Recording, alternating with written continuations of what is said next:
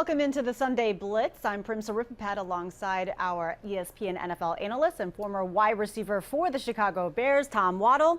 So you picked this as an upset, but it didn't exactly go as planned. Not as planned. The Falcons snapped their three-game losing streak as they get a much-needed win over the Tampa Bay Bucs. They remain winless. Now, the Falcons did not have two of their top wide receivers in Julio Jones and Roddy White, but no worries, they have a guy by the name of Harry Douglas, but nonetheless, it was Matt Ryan's job to carry this team, right. Was it not? It was, and he made the most of it with the guys that were healthy and able to play. Obviously, Tony Gonzalez was available, but the Bucs kept him in check. This was the Harry Douglas show. He had 7 catches for 149 yards and a touchdown. And Jacquizz Rodgers also contributed in the passing game as well with 2 receiving touchdowns. So Matt Ryan had a day. 20 of 26 was pretty much flawless out there against a pretty solid Tampa Bay defense. But all in all, this was a win they had to have. They were coming off the bye. Their injury list is longer than any teams in the National Football League, and they've really been behind the 8 ball because of all those injuries. But for them to get this victory, even against a winless Tampa Bay Bucs team, gives them a bit of a lift. Yeah, Matt Ryan had 270 passing yards, 3 touchdowns, and 0 interceptions.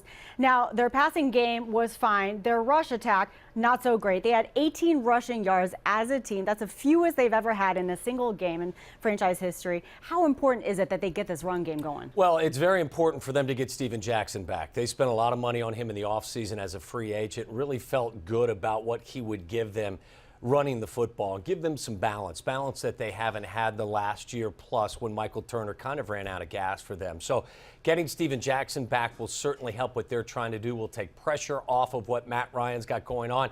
And defensively, next man up. They've had some injuries on that side of the football. They actually were able to get to Mike Glennon 3 times today and came away with 3 sacks. It has not been a big play defense for quite some time. So a lot of good signs in this win over Tampa Bay today. And you talk about those 3 sacks on Mike Glennon. He has not had any protection whatsoever from this offensive line. Doesn't help his situation because he is still a rookie. I feel as though this Bucs offense has really lost their identity. Last year they ran it. How do you fix this, Tom? Well, I think you just keep on keeping on. You have a rookie quarterback in Mike Glennon in his 3rd career start. I think played fairly well. 2 touchdown passes, 0 interceptions, so he didn't make the crucial mistakes.